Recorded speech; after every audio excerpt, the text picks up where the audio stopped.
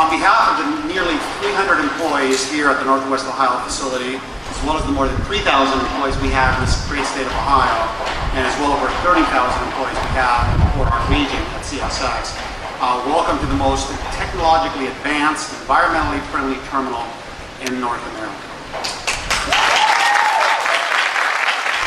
Since its opening, this terminal has delivered on its promise to be good for the community, good for the region, and certainly good for America. Here in this facility, we'll serve as an anchor for local growth and economic development in the years to come. We are proud to play an important role in creating hundreds of good-paying jobs for the American public. We appreciate the tremendous support from the administration and support of freight infrastructure. Vice President and I had a nice conversation about what a rail guy he is, and we really appreciate the support over the years. And we look forward to keeping America healthy into the growing future. Thank you very much. No, this is not the first time the Vice President and I have traveled together to promote freight. This administration is committed to making our first-class freight system even stronger, and Vice President Biden has led that charge. In September, we visited the port of Baltimore. A week later, we visited the ports of Charleston and Savannah.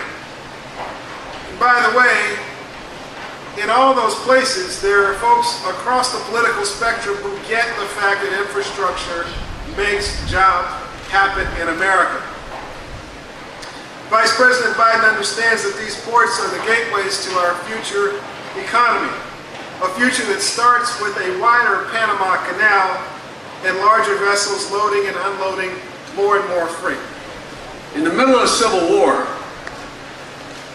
when Abraham Lincoln was looking for things to do other than save the Union, he decided that we needed a transcontinental railroad to be completed.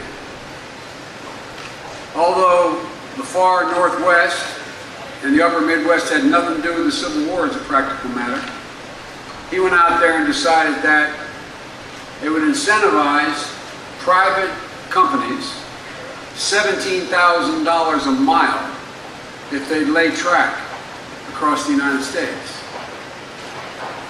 He used a phrase. He said, the best way to predict your future is to create it. The best way to predict the future is create it.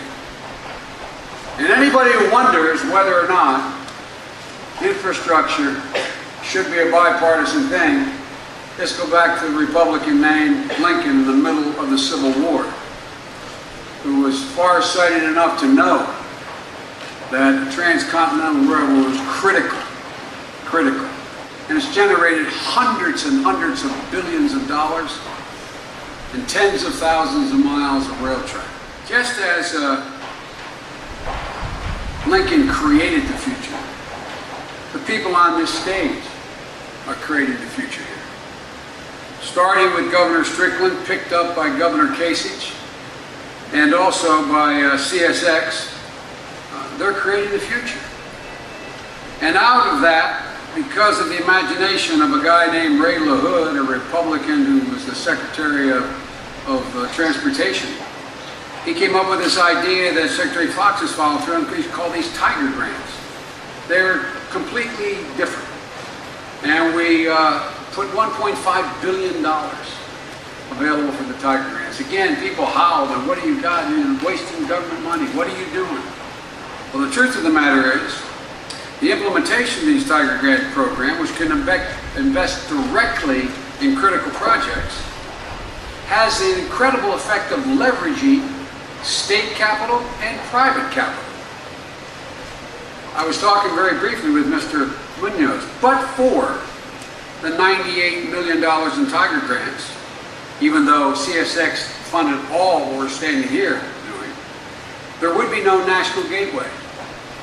The fact of the matter is, there's no way the surrounding states would have come up with $180 million to kick into that $98 million. And CSX kick in $500 million on top of that. Every dollar of federal funding has a multiplier effect on job growth, investing in the future, as you see here. They say, Joe, why are you recounting all that? Because there's still this sort of myth out there that somehow investing in infrastructure is wasteful. But we're here because of the people behind me, because the future is upon us. And in order for America to keep pace with the future, we're going to have to continue to improve our infrastructure. We have so much more to do. The National Society of Engineers estimates, and you would know this better, Mr. Munoz, something over $1.2 trillion we're behind the curve on. Antiquated infrastructure. Antiquated.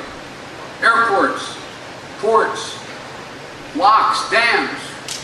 And so everyone in this tent knows that manufacturers locate where they can operate, where they can get products to market quickly, safely, efficiently, more cheaply. That's where they go. That's why for the longest time everybody headed to China. The infrastructure in the port of Hong Kong was so much superior to any other port in the world. The infrastructure was so much superior. But finally, we're waking up. That's how you create profit for companies. When you create profits for companies, they hire people at middle-class wages that you can raise a family on. You live in a decent neighborhood. You can own a home. You can send your kid to school and maybe even take care of your parents. We have to fundamentally improve the infrastructure so the manufacturers in the Midwest can get their products to the factory floor, from the floor to the decks of these ships, to export them around the world quickly and economically. And to do that, we have to modernize our rail system and make sure that our tunnels and bridges can accommodate double-stack cargo trains. It's one thing to be able to put double-stack a train. If it can't get through the tunnel or bridges that exist, it's of no consequence. No consequence. Just as we have to raise bridges to be 215 feet where the ports exist, because it's a more efficient way to get cargo off those trains and onto ships. And that's why we're here. That's what this so-called National Gateway Project is all about. It's not just an incredible facility CSX has here. It's about how do you get product cheaply from manufacturers all the way from Memphis to Finland. How do you get those products to the ships to be able to be exported and do it economically? It's helping spark a revitalization of manufacturing in what has historically been the heart of manufacturing in the world, right where we are now. This historically has been the heartbeat of manufacturing in the world. And this means jobs coming home. As I said, good paying jobs. And again, through the Recovery Act, we focused on infrastructure.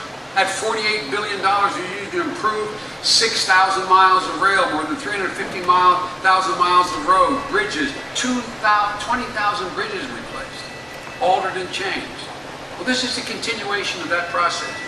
I'm not going to take the time now, but that also is generating not only jobs, but tens of billions of dollars of private sector investment getting off the sidelines and investing.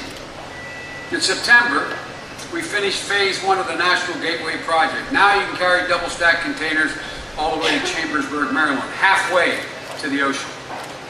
It used to take over a week for a Whirlpool dishwasher to get off the floor of a factory here and now to port.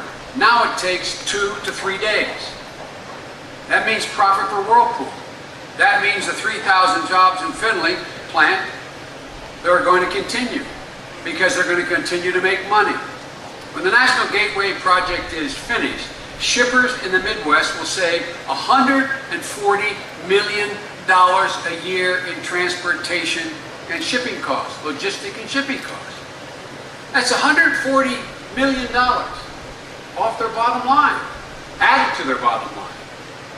And that means jobs. That means profit for stockholders. That means growth. And again, these jobs and their security rely on 21st century infrastructure because manufacturers will not stay unless they can compete. Ohio is back. America's back. And I promise you, we will be the 21st century manufacturing sector of the world. Even in the toughest times, value-added manufacturing products, China provided 19.8%, and in the depth of a recession, we provided 19.4% of the world's products. We're just getting started, man. They've awakened a giant. They've awakened us. They've awakened this country. Ladies and gentlemen, this is a heck of a start right here at the National Gateway, right here at CSX. And I hope our friends in Congress will look at the benefits of a relatively small investment proportionally that the federal government made, and the money that it leveraged, the investment it leveraged, the jobs it created, and what it's done to an area of the country who up until 1970 was the heartbeat of the world, and now it's coming back. So ladies and gentlemen, I put my hat on for CSX. I think they're a hell of a company. And thank all of you for making it work. Thank you all for being here. May God bless you all, and may God protect our troops. Thank you very much.